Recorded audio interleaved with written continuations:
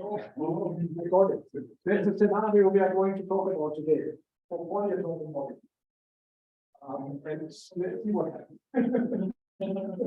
Oh my goodness, yeah, be careful. I mean, when I prepared this slide, actually, I wasn't sure that this was a little bit the environment of biosphere.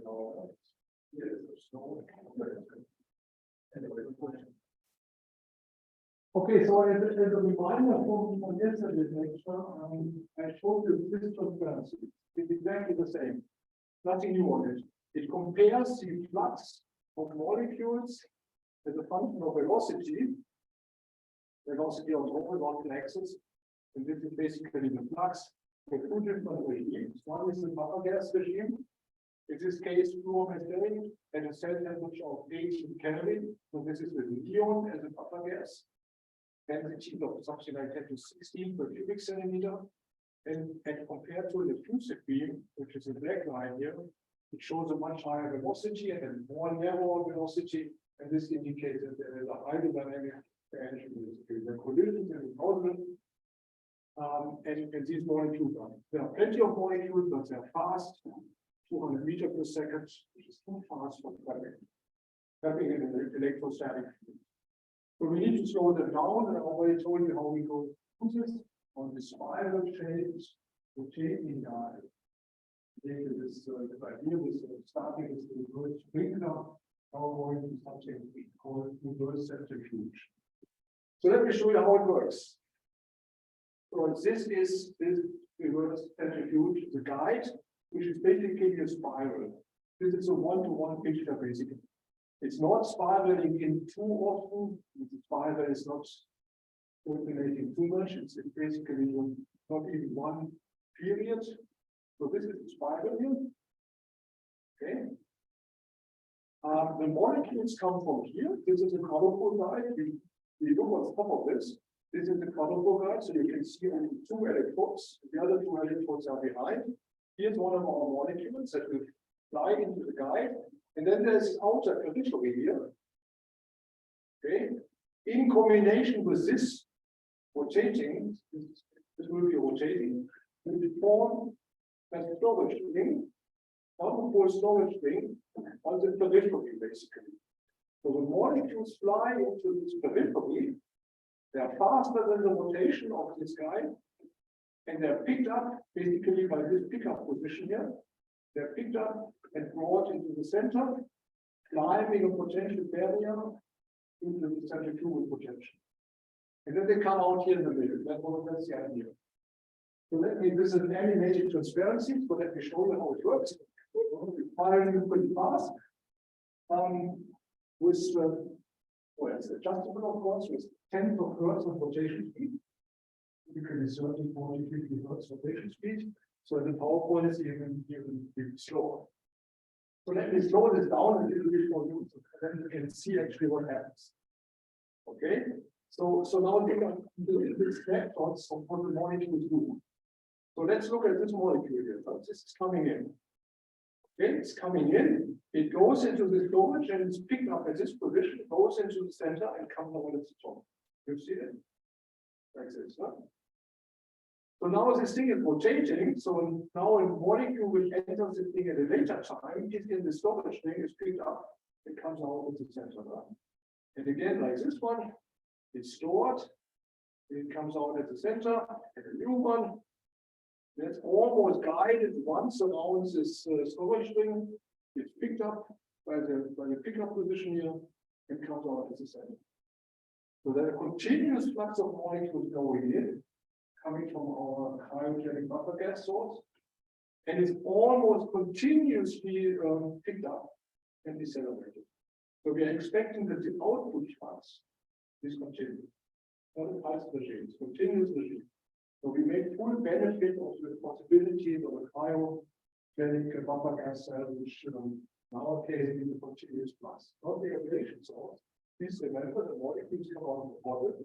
They are fed into the cryogenic environment, they're cooled down internally, maybe internally by collision with buffer gas, and then they escape for a continuous flux which is continuously decelerating. Okay, so this ring guide basically guarantees continuous acceleration, continuous flux. So let's look a little bit at the calculation here, which shows a little bit of how molecules or phase space then behaves. This is the function of the radius. I mean, its radius is 20 centimeters, so this ring electrode is 40 centimeters in diameter. So this particle thing is 40 centimeters, something like this. 20 centimeters the radius. The molecules are injected at about 200 meters per second. This was the example that I mentioned to you. So they come in at 200 meters per second, and as a function of the radius, when they spiral in, they're decelerated. The output velocity, so to say, goes down. Actually, there are certain trajectories, certain molecules which have, let's say, 190 meters per second. They don't reach the center. They're reflected 5 centimeters away from the center and basically go backwards. And other molecules which are too fast, let's say 210 meters per second or so, or 205, they go this way and come out with a speed of still 40 meters per second or so. There's a very small range, about 3 meters per second or so, a very small range, very small fraction of the input distribution, which is accelerated in such a way that they come out at velocities of, let's say, up to 25 meters per second. And this is accepted by traffic, depending on the voltages, of course, and so on. But the very narrow regime, very narrow velocity regime gets accelerated to almost zero. Of course, it's positive, the negative ones are just calculated. So why does this 3 meters per second increase to something like 20 meters per second here? Well, this is conservation of phase space density. If you're on a highway and driving fast, somehow you can't stop or slow down, there will be a traffic jam. Very much clear. They slow down. Back into the system, they slow down from 200 meters per second to 10 meters per second and so on. That makes a traffic jam, which means the density of molecules increases. Like the density of car and the traffic jam increases. But because the whole deceleration is, of course, due to a conservative potential, it means if the density increases, that means the distance between the molecules decreases, the delta P, the range of velocities or range of momentum increases. The conservation of phase space. That makes it so wide here, or in other words, given that this is the acceptance velocity of a trap, it makes it here pretty small. Only a small fraction will be decelerated. But because we have so many molecules to begin with, the hope would be that you get enough molecules out of the trap and reach sufficiently high densities, so that with these molecules can make it expand. Okay, that's basically the idea. Here's the picture. It's a picture. The guy has 4 electrons, of course. And this is, well, it's not a guide, it's a plate. And this thing is spinning at a high speed. The guide, you can see here a color. There's a blue and the red color. It basically indicates the guide to the center. It bends out of the plane here. And you can also see the outer electrode, this storage ring. There's 2 electrodes, one starting here and one starting there. So there's a certain region, like this one here, where molecules are not accepted, where molecules are not guided. So the flux that we expect at the output is maybe not 100% continuous. There's a small gap here. And depending on how fast we move it, we expect some kind of small modulation for the output flux. Anyway, let's get you a picture. And then there are all these holes here to make it a little bit lighter. Because this is spinning fast, so that makes it lighter, and the distribution of holes is made in such a way that this thing is balanced in rotation. There's a piece missing here. That means there are more holes on this side than on this side because there's some. This is one electrode. You can zoom in into the center here. You can see how it's bent out on axis. The axis goes into the screen here. So it bends out. And if you look carefully enough, you see You can see the color more here. It's hard to see. This is a little bit the pickup regime. The pickup parts of the molecules come in here through the guide, and they're injected into this spinning narrow gap, where this is the rotating part and this is the stationary part. I think I have a little bit closer thing here. So this is the color code, the input color code. This is where the molecules come in. You see one electrode, the other electrode, the third electrode, and you can kind of see the fourth electrode in the back. And this is the electrode from the pickup. This is the rotating signal. The molecules are just slightly going in. The formation is a micrometer or so, maybe 200 micrometer, I forgot. So it's very, very, needs to be careful here. So that's how it is. And here's how it works. So these are results from some years ago. Remember, this thing is spinning. The input velocity, I want to say that the input velocity of the molecules is twice, when for molecules to come to rest in the center. The input velocity is twice the velocity of the rotating disk at the peripheral. Exactly twice. This is just mechanics. We have to calculate. Just mechanics. So the molecules come in with 200 meters per second. They are picked up in the rotating frame. They have 100 meters per second, and then they're slowed down. And this shows now the velocity distribution. So it's a longitudinal velocity of the molecules coming out, and this is basically the density of molecules as a function of this velocity for different rotational speeds. So this is 0 Hertz, and still nothing happens. 15 Hertz, 25 Hertz, 43 Hertz. We apply voltages of plus minus 5 kilovolts to the color in particular case. It has a maximum velocity, let's say, coming out, which is given where there's a couple of boundary conditions like the curvature of the molecules in the guide, the input guide, and also the curvature of molecules in the output guide. So very high velocities we don't see. For technical reasons, we don't want to see them, we don't need them, we want to have slow ones. And what you can nicely see is that with increasing speed, the distribution, first of all, increases, there are more and more molecules coming out. And what is even more important, it shifts to smaller and smaller velocity. And this is the regime up to 10 or 20 meters per second, which we can track roughly 1 Kelvin in corresponding temperature. This is the regime which we can track in our electrostatic track, given this some nice voltages. Okay? And please, I would like to refer to something which I very, very briefly explained during my first lecture on Monday. This distribution here reflects a combination of density and flux. For high velocities, it's density, because the mass spectrometer that we use to measure our molecules, it's the output guide, measures density, but for small velocity, it measures flux. There was a delicate balance. So that's why this is linear velocity here, and it totally underestimates the amount of molecules coming out. So it's a bit artificial. But at least it shows you in principle that there are many, many more molecules now coming out. I mean, so far we had something like no centrifuge, so which corresponds to 0 Hertz. There were almost 0 molecules coming out, but we didn't make experiments with them. And now there are more, way more molecules.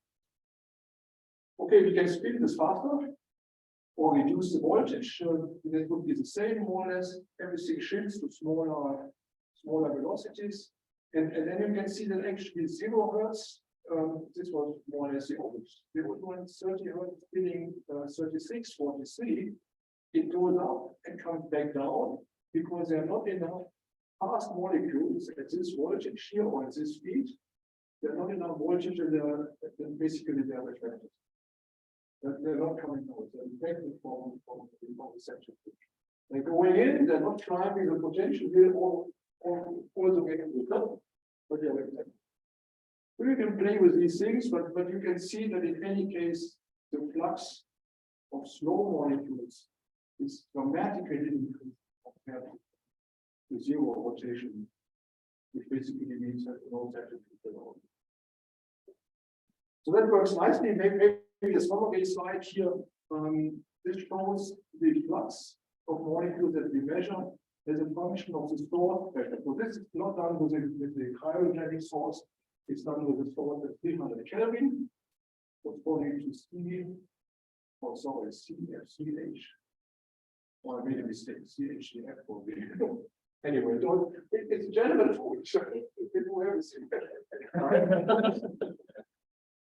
But what was everything? Water, as I said, is difficult, but this kind of symmetrical molecules are easy to use. Anyway, so this is a source pressure, and this is basically at 0 Hertz. So this is all the experiments we did so far. There's almost no flux coming out compared to when we rotated with 33 Hertz or so. It's a significant increase, a dramatic increase in the flux of molecules at velocities, let's say below 50 meters per second, which can be established now on 1 Kelvin. So this only is a part of the flux at small velocities and significantly increased. Of course, at 0 source pressure, there's 0 molecules coming out because there are not feeding molecules in, but it's clear. So it goes up to the maximum, and then it's too high pressures, and there's too much supersonic expansion, and the deceleration is not sufficient. So we would need to speed it faster in order to bring very, very fast molecules to our 50 meters per second. Okay, so that was the centrifuge for the say so far. So far, we room temperature, all the experiments were done here, but we plan to do all experiments here and much higher class. Yes, please. Sorry, could you remind us quickly about how the velocity is detected? Time of flight. There's always time of flight. Remember, we don't let the molecule flow. We always keep them in our flight, but we can switch them to guide on and off. So there's a time of flight at the end. 25 centimeters, 40 centimeters, typically something like this. We switch it off, and then our molecules switching the machine. We switch it on, and then from the point of switching on, it takes some time for the molecules to propagate, and then after some time they come and they show an increase, and from this we get the velocity of convolution. You mean the deconvolution? Yeah, it shows the integrated. I mean, it was a kind of step function with smooth step. I don't have it with me, it's basically time. Always time that gives the velocity. Okay, so now we take away the 300 Kelvin source and we go to the cold buffer gas source, and then the experiment looks like this. So this is the molecules coming in. For example, methanol. There's all kinds of molecules that we tested. Methanol at 400 Kelvin, or other molecules maybe at 200 Kelvin, depending on species coming in. They cool down due to collisions with the buffer gas, which is either helium at 6 Kelvin or neon at maybe 17 Kelvin. Buffer gas goes in here. And then there's this guy picking up the molecules coming out. It's a band, the banded guide. We have the plate capacitor, for example, which we can insert here. So you see there are pieces, no? There are pieces which we can individually adjust with voltages. And this allows us to make the stuff, for example. We can take this out and have this plate capacitor inserted. That allows us to determine the temperature of the molecules. Then they go into this centrifuge here. They're coming out. There's a time of flight here. This is not to scale. There's a time of flight here. I think it's 25 or 40 centimeters. I forgot. Then there's a mass spectrometer.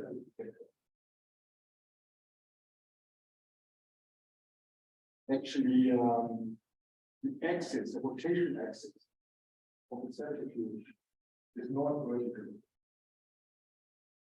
Because then all the mass, and these are several kilograms, would rest on one bearing. So the plane of the centrifuge is vertical. So then we have two bearings and the same one isotope bearing. The weight distribution is over two bearings and that it was there. So it's completely but the field is the same. Okay, we tested it with all kinds of molecules, like our favorite CH3F and formaldehyde. I told you about the ammonia. This is methanol and this is isopropyl. Works very good in isopropyl. We just stopped putting in more molecules because we felt this design out. Anyway, so this shows a little bit of performance. This is a function of rotation speed of the centrifuge. There's 0 up here, 5, 10 hertz, so on 45 hertz. So we increase the rotation along this direction, and we look at the velocity distribution in the on-axis with the chlorophore. And what you can nicely see, they start somewhere out here at a small density.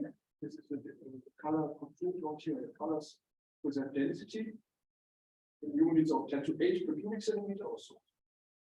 So the density is rather small here, and then when we increase the speeds, they go down, they slow down to smaller velocities, like 10, 15, 20 meters per second.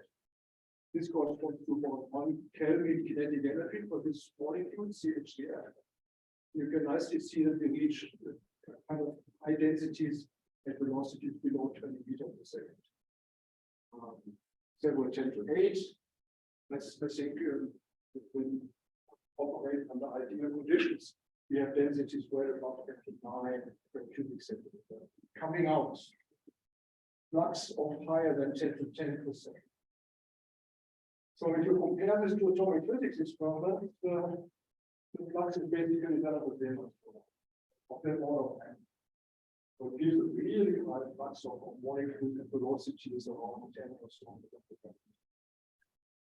The overall transmission, I mean, this is also something one would like to know. You're putting in molecules coming out of the source. You put them in, and the question is how many come out. What's the transmission? Well, there's a gap, there's mutation, there's a gap, and all kinds of things can happen. And so we measure the transmission, and it's somewhere between 10 and 20. So it's reasonably efficient. There are losses, there are losses, okay. But we were happy with 10 or 20. I mean, please remember the molecules are stored in the thing, but they're ejected, they're picked up by this electrode. They fly to the center with the curvature, they come out, but they're still in a rotating chlorophore. Here when they come out, still in a rotating chlorophore. But the next chlorophore that brings them to the mass spectrometer is not rotating anymore, it's fixed.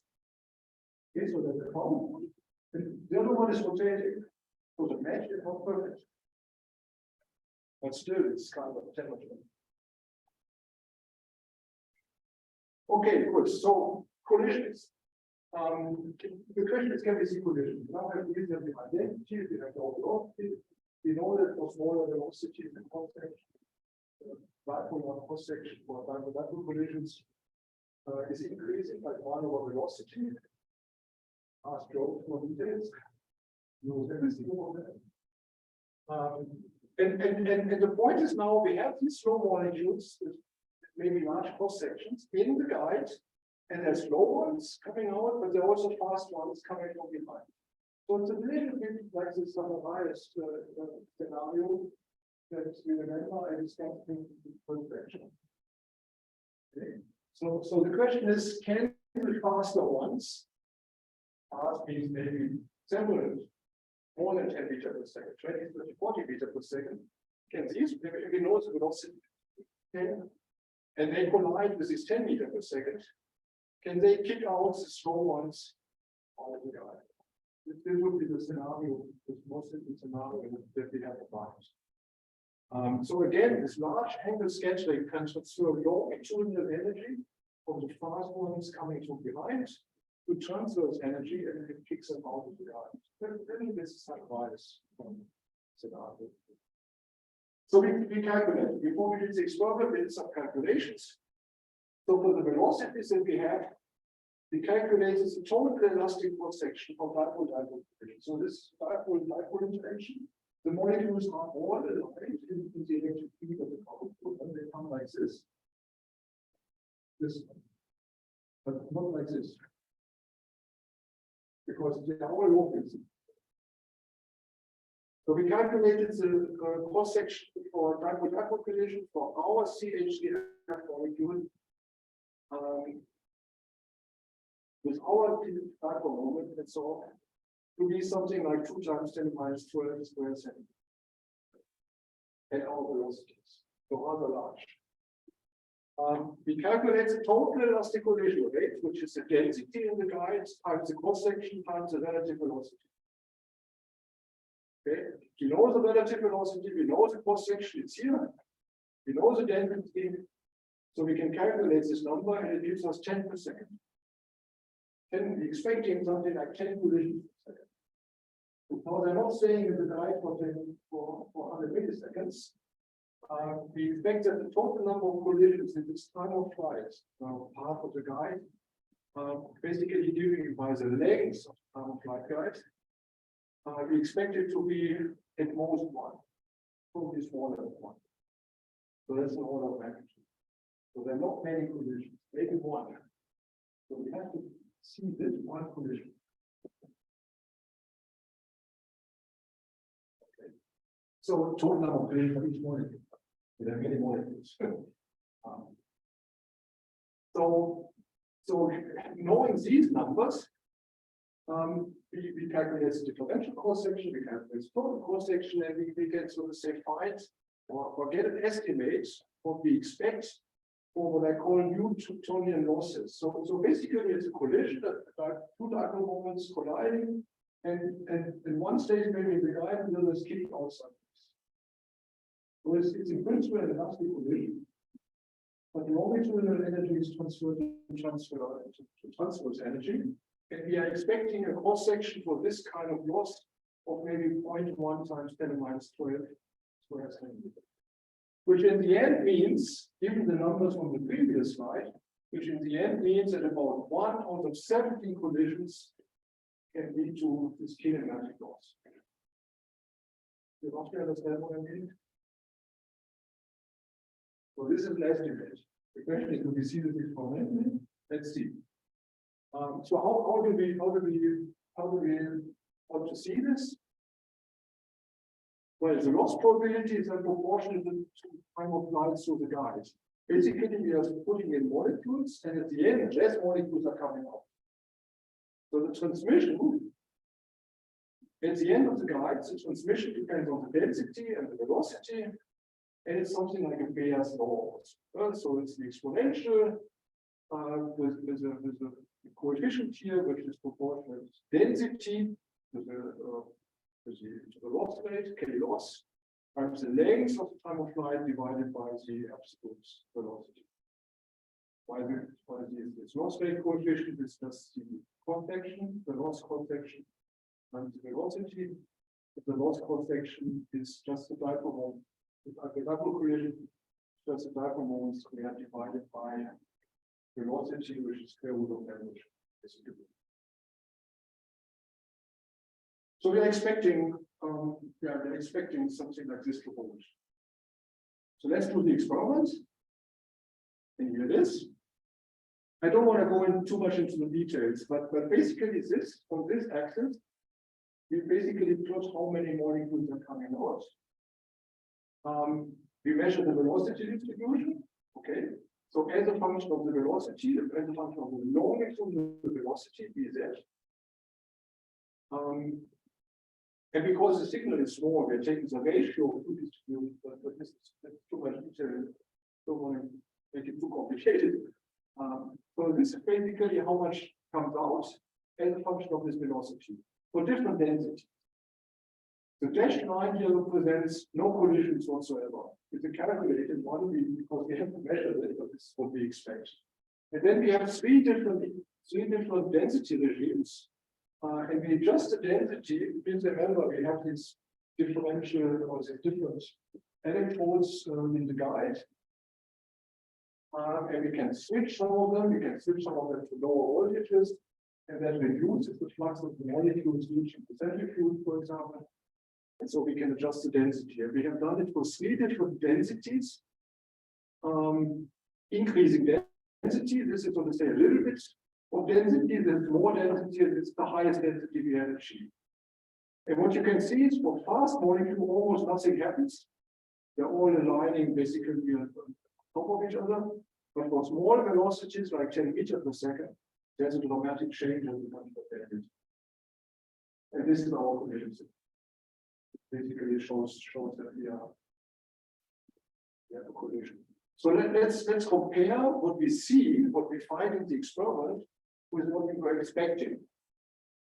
So the prediction from the numbers that I mentioned before, for an average dipole moment of 0.5 dBi or 0.56 dBi, given the state distribution in our molecules that we have measured, that we know. So we know that the average dipole moment is something like this. We expect a loss rate coefficient of 0.8 times 10 to the minus 9 cubic centimeters per second. I don't go with you through the detail of the calculation, obviously, no, but this is what comes out. And what we observe that the temperature of 0.8 Kelvin is basically given by the velocity of the molecules. What we observe is 1.1 times 10 to the minus 9 cubic centimeters per second. So now the question is, do they agree? They don't agree. I mean, 0.8 is different than 1.1. But this being the first experiment, we felt that the agreement is kind of okay. It's not too bad. It doesn't fit perfectly. So maybe what we observe more collisions, and we observe more losses. So maybe there is another channel which we have to take into account, another collision channel we have to take into account.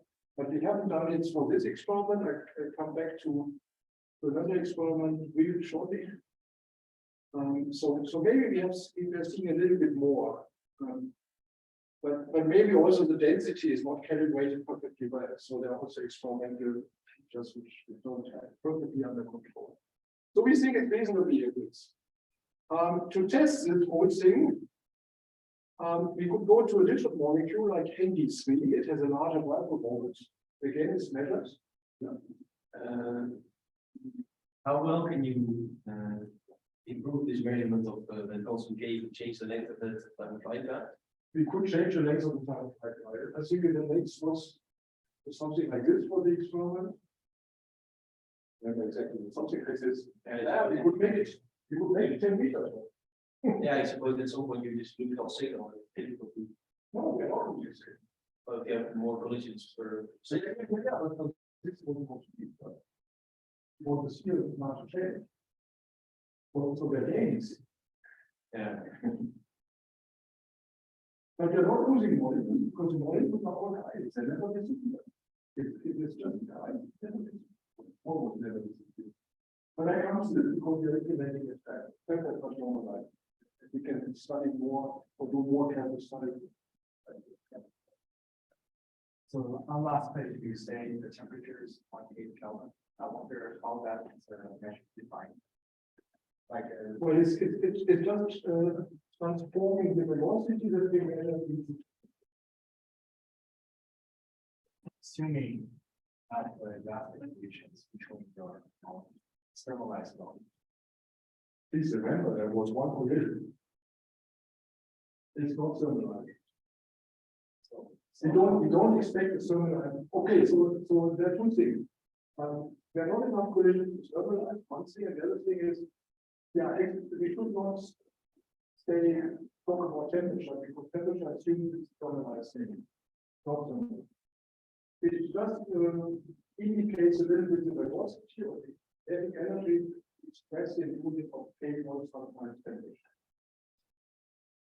So it takes the velocity squared multiplied with the mass divided by 2, and say it's equal to K minus very, very rough estimate.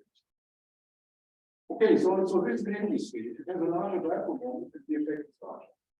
So we clearly see that this increasing density, there's a really large missing fraction at low velocities like 10 or 20 meters per second. The 30% velocity. 30% of the molecules are lost. So it's a pretty large effect. The one that I showed you before was just marginal C, and this is much bigger because dichromomes is large, and it goes like the dichromomes squared. So again, we can compare this with a prediction.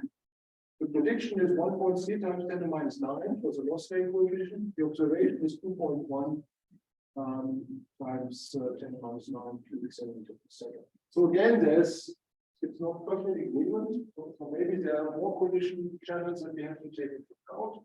But at least we feel that this is a dominant one that I'm trying to describe here. And again, 1.1 Kelvin is just transferring only to the velocity to temperature. But we can compare the two ratios, the loss rate coefficient for the two species, NE3 and CH3F, coming from the observation, is a ratio that is to be expected. And in both cases, 1.1. So when we saw this, we felt, yeah, we have probably asked most of the sciences that are going on. And that's why we claim this was the first observation of dipolar collision called polyatomic molecules. Just to give you an indication, or just to show a little bit or get a more flavor of what's going on, we can compare. I mean, this is the dipole-dipole interaction. We can compare, for example, with the van der Waals interaction between the molecules. The dipole-dipole interaction is just C3 over the distance cubed.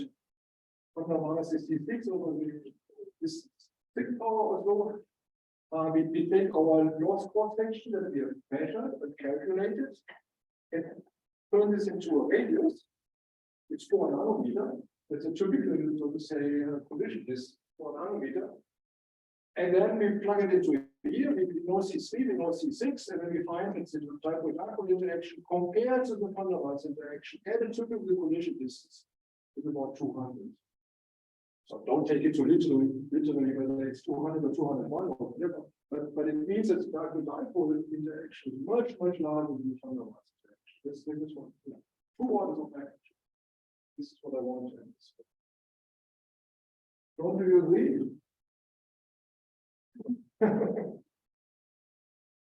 Okay, so next thing, we would like to have the longer interaction time, as was suggested by one of you. So now we add, instead of the time of flight guide, we add a trap.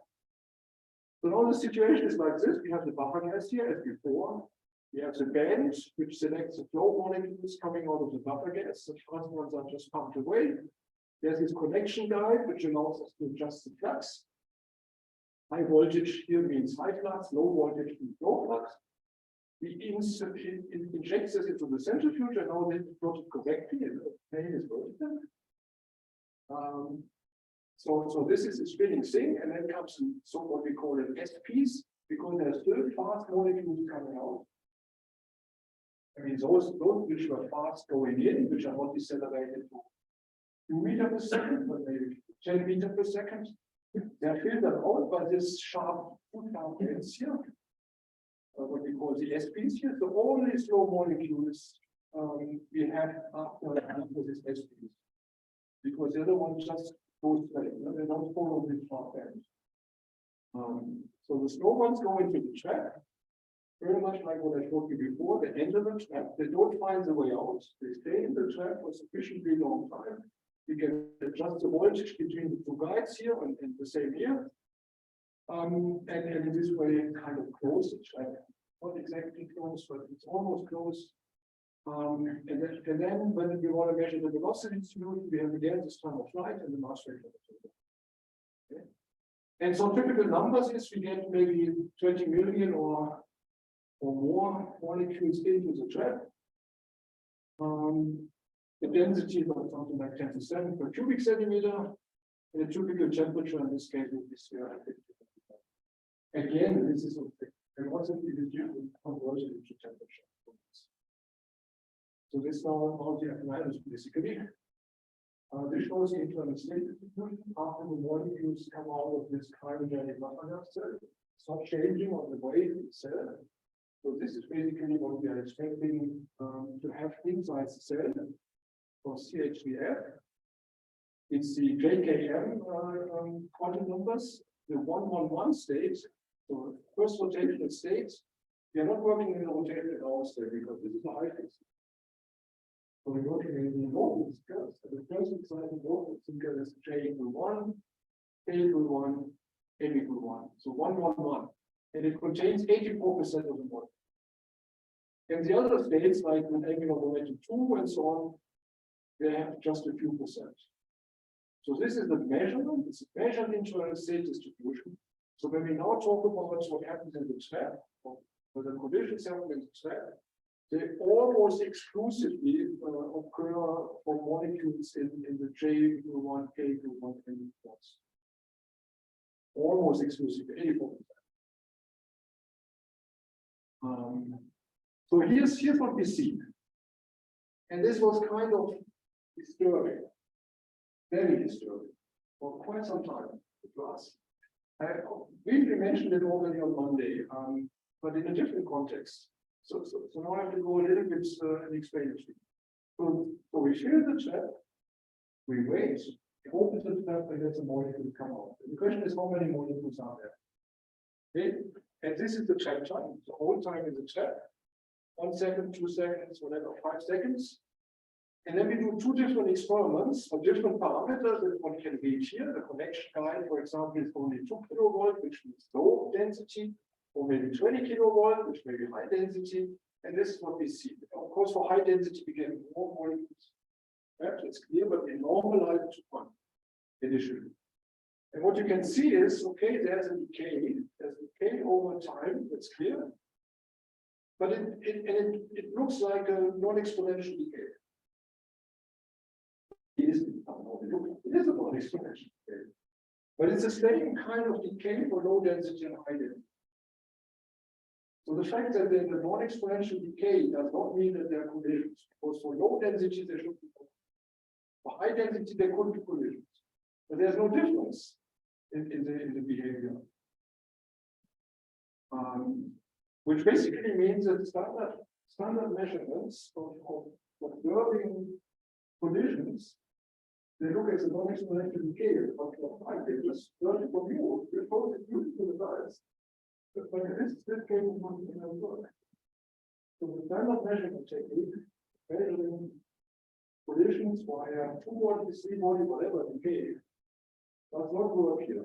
This is experimental proof for this.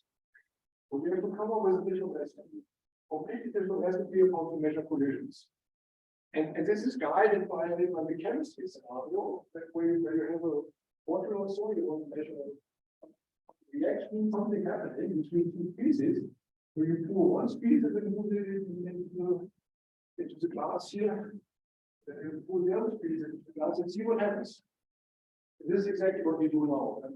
I'm just trying to indicate in a very simple picture that we try to operate the electric trap like a test tube in chemistry.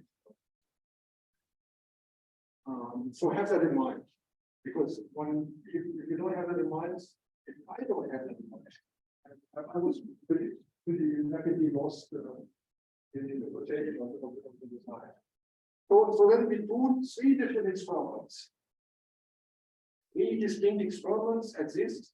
Densities, I've already mentioned this. Sorry, this atom number, molecule number. Sorry, not atom, molecules.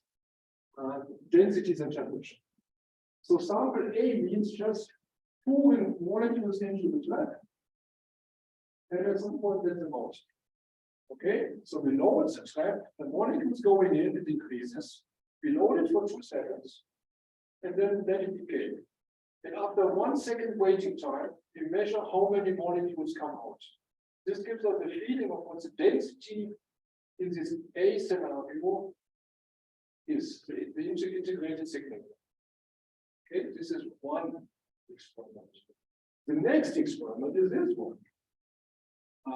Independent of this, so we do a different experiment which we start 2 seconds later. 2 seconds later, we load the trap. Now it's not for 2 seconds, now this is shown for 1 second. and then it decays, and we measure from 3, 4, 5 seconds, like here, 3, 4, 5 seconds. We measure how many molecules coming out, and we get an indication of the density in this sample B. And then we combine the two, everything goes together. Okay, so first there's molecules coming in during the first 2 seconds, we load it, then the molecules coming in subsequently. That is this scenario, and now we let them out, and then letting them out, we measure the total density of the A plus B scenario. One is only molecules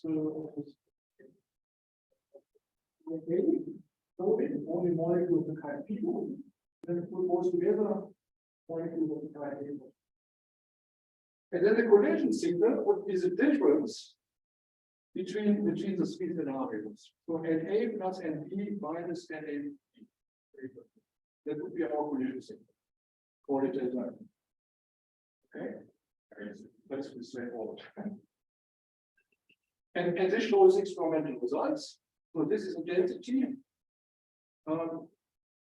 Actually, as a function of the time interval over which we measure these densities. This is Na, the A scenario, just decaying. This is the NB scenario. And this is the Na plus B scenario. Experimentally measured. Again, this is the equation. So it's hard to see anything.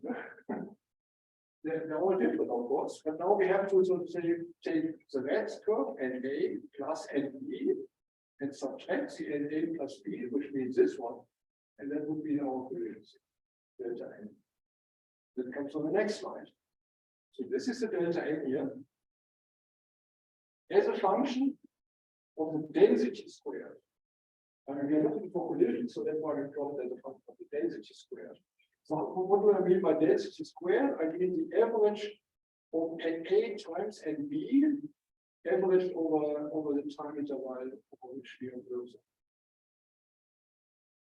So the first thing to note is, maybe we go back, the density here was 10 times 10 to 6, something like that, 7 molecules per cubic centimeter.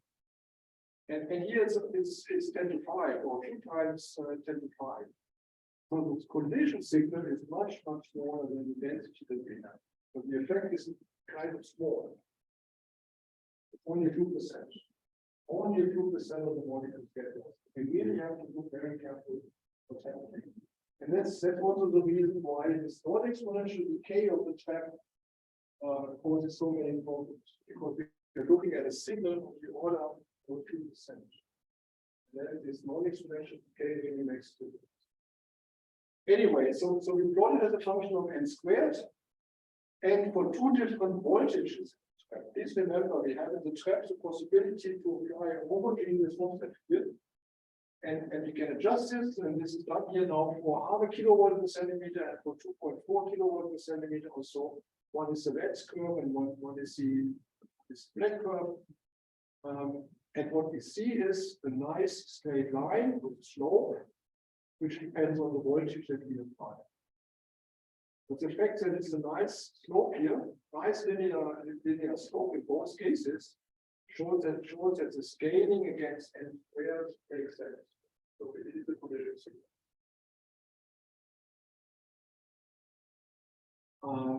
So how do we extract now the rate coefficient? That's something we would like to know. The fundamental equation which we start with is just a rate equation. The density as a function of time, the derivative of the density as a function of time is there's a loading rate, number we call the loading rate of the trap, which is on for some time, and then it's of course switch on. So it's a step function. There's a single body decay rate. The current has a finite lifetime, as we saw, and then there's this collision signal. And this collision signal is supposed to be small compared to, let's say this one here. So we start, and this of course holds for scenario A, it holds for scenario B, and it holds for scenario A plus B. So we take our signal that we are interested in, the collision signal, the time derivative of the collision signal, just takes these three equations for NA and B and NA plus B. And then the result is this one. So that's a differential equation for our collision signal. It has a product of the NA and B, it has delta N squared, here this is the collision part, and it has and this part here is the aggregation basically of what's happening here. So this is just a little bit of calculation between the two lines. I try to avoid to show you because it's doesn't fancy this. Anyway, now we have a differential equation for our collision signal, which contains as a free parameter, if you like, the K. So we observe delta N as a function of time. So now we expect K from a fit of this differential of the solution of this differential equation for K. Okay, and this is the result. As a function of time, delta N, our collision signal, experiment and our model, the model that I just described. Okay, with K as a fit parameter, and what comes out is 2 times 10 minus 8 cubic centimeter per second, basically, for the loss. Okay, and it agrees reasonably well. And it's a fit, of course, but you could think about a scenario where it doesn't fit at all. So it fits reasonably well. We do this K. Well, now we determine the K, for example, for two different electric fields, homogeneous offset field. You remember we had this 0.5 kilovolt per centimeter, and we had the 2.4 or so kilovolt per centimeter offset field. So they differ by a factor of 4 or 5. And surprisingly, or maybe not surprisingly, depending on where you come from, the loss rate coefficient, which we estimate in exactly the way that I just described, differs. It's 2 times 10 to the minus 8 in these units, or 4 times 10 to the minus 8. So K is the loss rate dependence of the electric field, but it does not depend on N. So this is a function of N, so it's a straight line. Of course, if it does not depend on N, the density, the loss rate coefficient should not depend on N. That's clear, because it's molecular property of the collision process. Not depend on N. And this is what we see, but it depends on the electric field. So where does that come from? So we plot this K now for more values, not just 2 values, but 3, 4, 5, 6, 7, I don't know, values. So this is a K as a function of this control, this homogeneous control electric fields. And we see that the K value, the loss rate coefficient, decreases from some value here.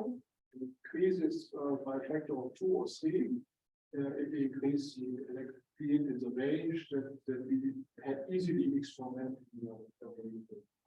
between half a kilowatt per centimeter and 2 or 3 kilowatts. So it goes down.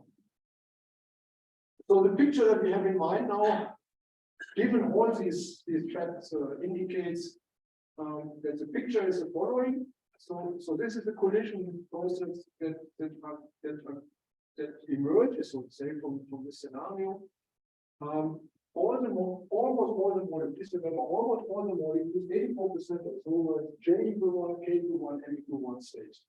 It's this particular state here. There's 3 levels, and one is a low-field seeker.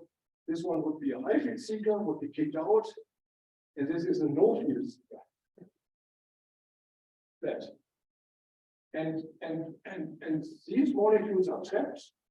So there's an incoming molecule aligned with the electric field, and there's a collision partner. And now they collide. And after the collision, they come out in some distribution of states. The electric field keeps the molecules aligned. This is my picture that I have in mind. The electric field keeps the molecule aligned perfectly. And now comes the other molecule. And it also has an electric field. So the electric field at the position of the other molecule on this molecule better. It's fluctuating because there's an additional electric field. And that can cause a flip of the dipole moment from the low field seeking M equal +1 state to the high field seeking -1 and 0. So we modeled that picture, on the computer, and simulated the whole thing. And the simulation is what we call theory here, and it agrees kind of nicely with what we observed. And so from this picture, we believe that this is a nice dipolarization. We see that the one thing. But the good news is the loss goes down with electric field. So in order to have a longer lifetime, less inelastic collisions, well, yeah, inelastic, yeah, they're lost. We need higher fields. In the track that we have at the moment, we cannot apply higher fields. So at the moment, we are trying to build a track which allows for much higher electric fields. And you do what? Can't you apply higher fields? Why can't you apply higher fields? There's a glass plate with electrodes separated by 200 micrometers. This is not exactly the offset field, but when we change the offset field, we can also change the confinement. And the kilovolts is already at the level of 10 kilovolt per centimeter. The confinement field, the kilovolt per centimeter, so hundreds of kilovolts per centimeter. What is it? Kilovolt? Yeah, roughly factor of 10, maybe 100 kilowatt per cent. It's just not fine. So how can you do It's a purely technical thing. I mean, so also the design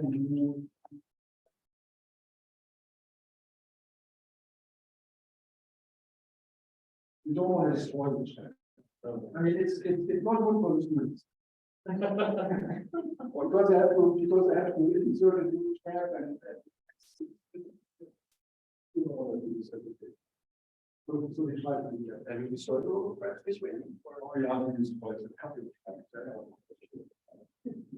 And I'm looking for yeah, I mean, please also keep in mind, I mean, this microstructure is not perfect. It has edges,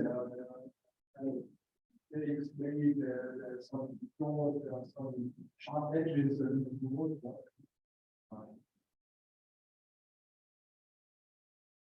It's close to the surface, that's not exactly. I mean, the whole thing is vacuum. Microstructure is close to the surface. There. The guy is not the powerful guy is a nice old shape. This is what he did. Microstructure with sharp edges.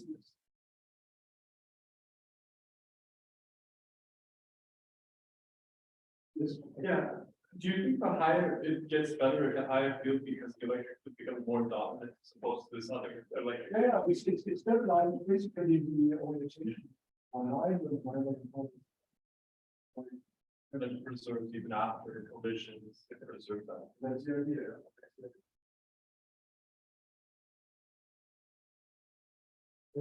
So the previous one that you showed like the regular, I mean, you fit it to decay, it doesn't work. Like also the mouse rate is too fast.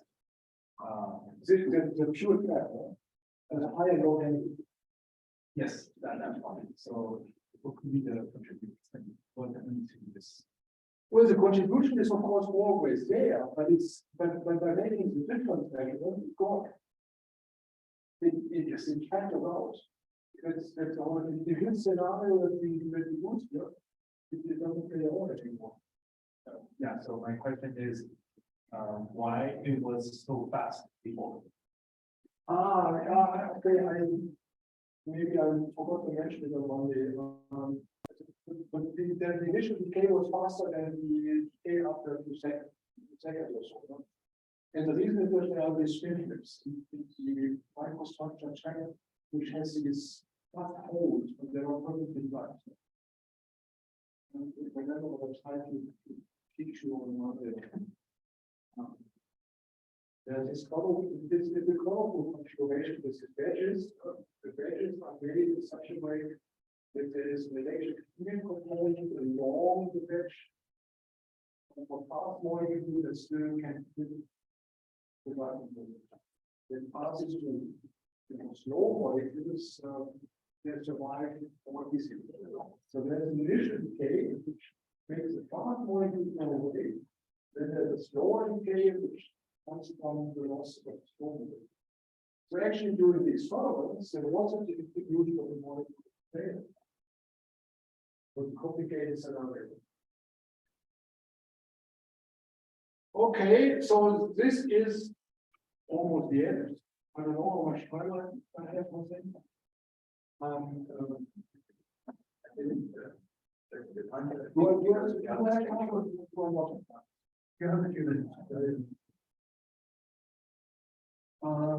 So this is the summary and maybe an outlook. So what we want to do, I mean, of course, we start with the gas model as usual. We have the rubber gas cooling, we have the centrifuge decelerator, we have the trap. The experiments that I showed you were done without the centrifuge cooling. So we would like, of course, we will implement centrifuge cooling in the trap and see how this loss rate depends, for example, the velocity. Not only the electric field, but the velocity. Temperature of the molecule should also go down. The cross section goes up by part of the velocity, and what's going in the temperature. So we could decrease the temperature from 350 millikelvin as we had achieved to 350 microkelvin. As we showed in the other experiment that I talked about, would be a factor of 1,000 in temperature, would be a factor of 30 in velocity. That would increase the collision cross section by a factor of 30 or so. Wow. Then the secret would not 3%, but 100%. I mean, that would be wonderful. So we haven't done this, but this is one of the ideas. And maybe even thermalization. Some of you asked me whether this is possible, and maybe with the larger cross sections, it becomes possible to do evaporative cooling, maybe even whatever, and maybe at some point required. Maybe this is a little bit into the future, but I'm referring to my vision. It's maybe not at all, but it's a vision. At some point it might become more. Okay, so this is one thing, but there's a completely different story. If you give me 5 minutes or 7 minutes or so, I can show you maybe 3 or 5 slides with a completely different thing that we are currently doing into that. So this is not this sort of foundation. But what I would like to mention to you now is one completely different, and it has to do with the central theme of the school, quantum information. So I haven't talked about qubits. For quantum information, we need qubits. So we looked into the possibility of encoding qubits, making qubits. It's totally different. I mean, not totally different. We are still talking about polyatomic molecules. We are still talking about trap molecules and so on. But we are not talking about collisions or something like this. So we thought about already for quite some years, many years, about maybe encoding a qubit in the rotational states, rotational qubits. So let's go to the symmetric top molecule J equal 1, let's say, and look at this is a generic scheme, so to say. Look at the start shift and the function of the electron. If this is a J equal 1, K equal 1, M equal 1 or so states, it would go up. If this is a low field seeker, this is a high field seeker, and this is a low field seeker. Now this molecule rotates because it has an angular momentum. It has a dipole moment attached to the molecule, of course, but it can rotate counterclockwise or it can rotate clockwise. Please remember the quantum numbers that I introduced. So this is K, which is a quantum number, which is a projection of the angular momentum quantum number on the symmetry axis, on the molecule symmetry axis. And for symmetric mode, there's a nice symmetry axis. So this would be a K equal +1 state, and this would be a K equal -1 state. So now the Stark shift is proportional to K times M. Symmetric form, just K times M. So the K equal plus one state would be a low field seeker if the M is equal to minus one. And the K equal minus state is a low field seeker if the M is equal to plus one. Because the Stark shift is minus 5.1 which means minus K times M. Plus one times minus one minus, the additional minus is plus. It's going up again. And of course, it's similar to you. So these are actually two states up here. Not one state, these are two states. And they're completely degenerate. They're insensitive to the Schramm electric field. They're just following the same line. Okay, perfectly follow the same line. They might be sensitive to some geometric phasing, which I will not go into details. But this has something to do with how the molecules move, maybe the track, and okay, it's different. It's a long story. So this is these are frequently generated. The question is, can we encode a qubit to these two states? Can we encode a qubit? Can we measure coherences? The qubit should be a coherent superposition. And how would we measure this? How would we measure the qubit encode? Or how would we measure the coherence of these two states in this coherent superposition? The idea is, well, couple these two with a radio frequency field, depending on the electric field. Couple these two states to the M equals 0 state. Then we have a situation which is very much like what we just heard in the previous talk, a lambda state. We had a lambda state, two ground state and one side state. We have a B state, one ground state, maybe this one, two excited states. Well, this is actually two states. Apologize. That doesn't matter. For the purpose, there's a two in one state. And there are two states here. So it's a B state. But it doesn't matter whether it's lambda scheme or whether it's B scheme, it's a three-level scheme coupled by let's say linearly polarized radio frequency. The linearly polarized radio frequency field can be decomposed into a left-handed, right-handed, left circularly polarized, right circularly polarized field. So it can couple M equals 0 state to M equal plus and M equal minus state. But the point is, there is a superposition now of these two states, very much like in the stellar. There is a superposition now in these two states, which can be either dark or bright. So there's a bright state with a plus. So this is a plus one and minus one, the upper one here plus the lower one here, which would be the bright state, and there's a minus, which would be the dark state. So if you just populate these states here and drive a transition, what would happen? How much population would you be able to transfer from here to there? How much population would you be able to transfer? Question to you. Hey, you question me so much, I question you some. You have to give an answer. Did you listen to the song? Maybe Simon knows. So how much population would you be able to transfer? 100%, 0%, 50%, 10%, 200%? So many ways. These going wrong.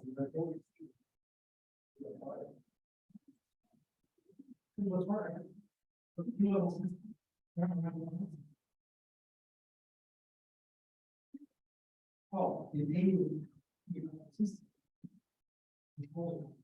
there's a dark position up there. It's dark, so you can't transfer it. Oh, then. So there are two proposals. 100% in blue. Friends, for instance, something. This is how complicated it is. Yeah. 50%. 50%. You depopulate the bright states. I mean, you can have less than 50%, but 50% is the most you can have. You depopulate the bright states, but you cannot address the dark states. And because this is an equal superposition, here it's 50% in the bright and 50% in the dark state. And only the bright state is transferred, the dark state stays as it is. That's all it is. So we do the experiment for formaldehyde. It's a little bit different because formaldehyde is not a symmetric top, so they're splitting here, and I don't understand exactly where that splitting comes from, but we were told how this is functioning somehow. This is molecular physics. Anyway, we derive a relation now between this manifold, which contains a two-state K equal +1 and -1, M equal corresponding M equal minus +1, and drive it down here, or we drive it from here to there. This would require a microwave field, and this would require a radio field, depending on the electric field. Okay, so what happens? This is what we see. So we do it with two. So to probe whether how much we can transfer, we apply two pulses. Two ways of doing it. One pulse depletes, and the other one tries to deplete again. And the question is, how well is the second pulse doing compared to the first one? And this is what we see. So the first pulse is here, is shown here. The first pulse depletes 3%. It's a weak pulse. You don't deplete 50%. The weak pulse. So it depletes 3%. And now comes the second pulse. And after time separation 0, immediately after the other, it depletes only 1%. You see a significant decrease in the depletion probability. And this comes from the fact that we depleted within 3%, we depleted the bright states already, and that leaves less possibility for depletion for the second pulse. So that's why we have a smaller number. And then now we change the pulse separation to 100 microseconds, 200, 300 microseconds, and we see that we can deplete again. And we have to wait for something like 50 microseconds or so at 600 millikelvin temperature of the molecules, formaldehyde in this case. You see that we have to wait 50 microseconds or so for being able to deplete again. Which means after 50 microseconds, dark state turns into a bright state. Why? There's decoherence. It tells us about decoherence, 50 microseconds. Not even fantastically long, but still, it exists. There's an effect that we see. Now, last slide. These two states are degenerate. Okay, so one state, I mean, formaldehyde is this whole, one state is rotating like this. The other state is rotating like this. My view, my naive fundamentalist view is, okay, there are charges. They use the hydrogen out there, which is highly positively charged. It's rotating. It's a rotating current. In one case, the current is rotating clockwise, and the other case is rotating counterclockwise. So there is a magnetic moment associated. My naive fundamentalist. There's a magnetic moment associated with this, which is either pointing up or pointing down. So now we apply, in addition to the electric fields, we apply magnetic. And in one case, the interaction is U dot B, magnetic moment and magnetic field. In one case, B and mu are lines parallel. In another case, they are antipolar. Which means that now these two states here are no longer degenerate. So it's small splitting which depends on the magnetic field.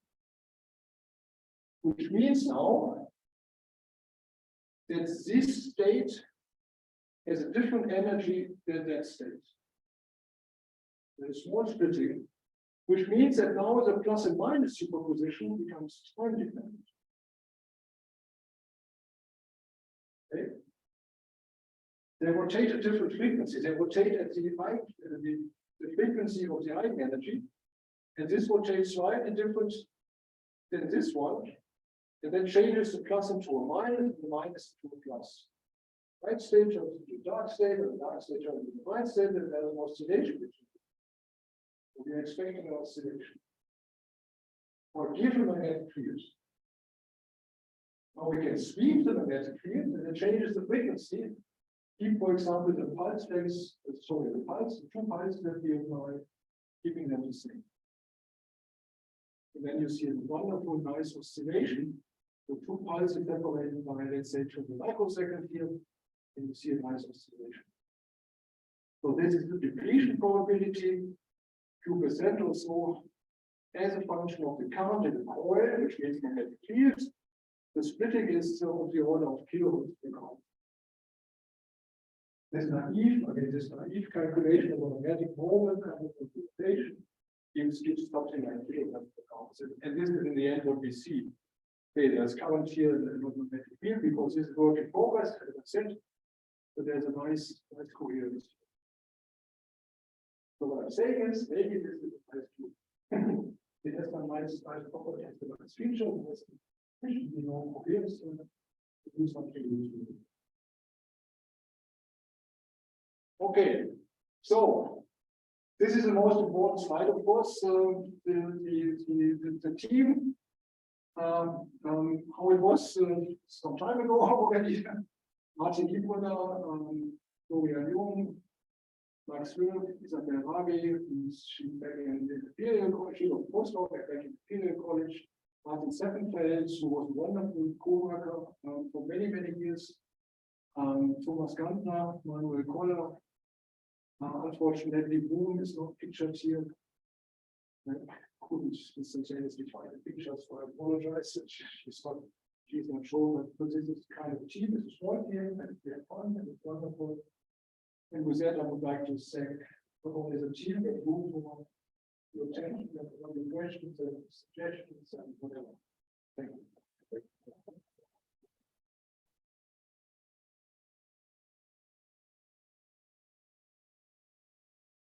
Additional questions? Yeah.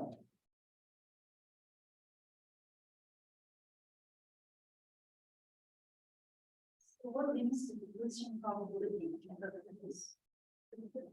limits? Depletion probability, how much is that goes down? What limits that? How much is transferred? 3% was transferred. Double the general state in the 3%. Why? Why is it? Yeah. Because we made it. They made working progress. As I said, 50% is the maximum for the value. Yeah, I can explore.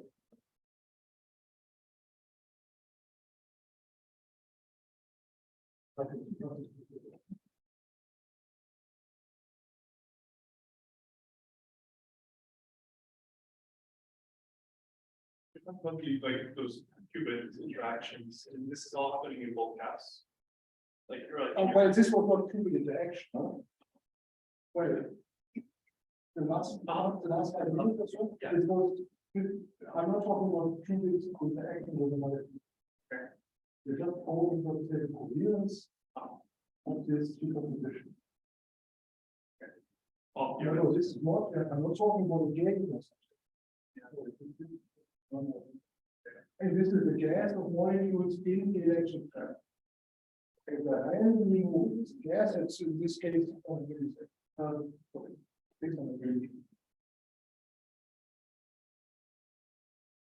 no, it's not quantum info here, is it? Yes, but it's qubit. But it's degeneracy providing an advantage for the human operation. Well, it's independent of the electric field. So the traffic, for example, in our lab, it depends on the field, generally. Technically, this is the charge. But it's sensitive to magnetic. It's sensitive to the magnetic field, but kilograms, sorry, kilohertz per gauss is not critical. Want to take a picture of the magnetic field power, the huge power, because we want to apply many gauss fields. So, the sensitivity to magnetic field is there, yes, but it's very small. And it's much smaller than in the atomic physics. Elements, you have an electron, which is megahertz. And this is a serious issue. If you enclose, let's say, a qubit that you spin up and spin down of the electron, then you have megahertz frequency. And this is kilohertz. We want to go back to more relaxed. And how do you provide the condition between one first state and other state? Well, you can address it with what we showed, you can address it with the frequency field. And you can polarize the electric field and combine one more than the other. That would be our qubit component. We haven't done that.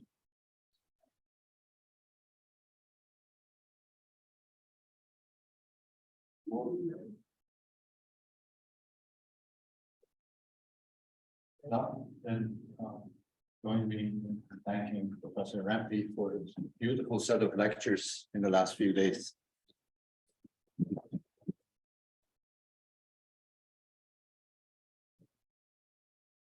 So I think we're going to go for dinner, and I don't know what else we'll plan for after dinner, but hopefully we will have a brighter day tomorrow.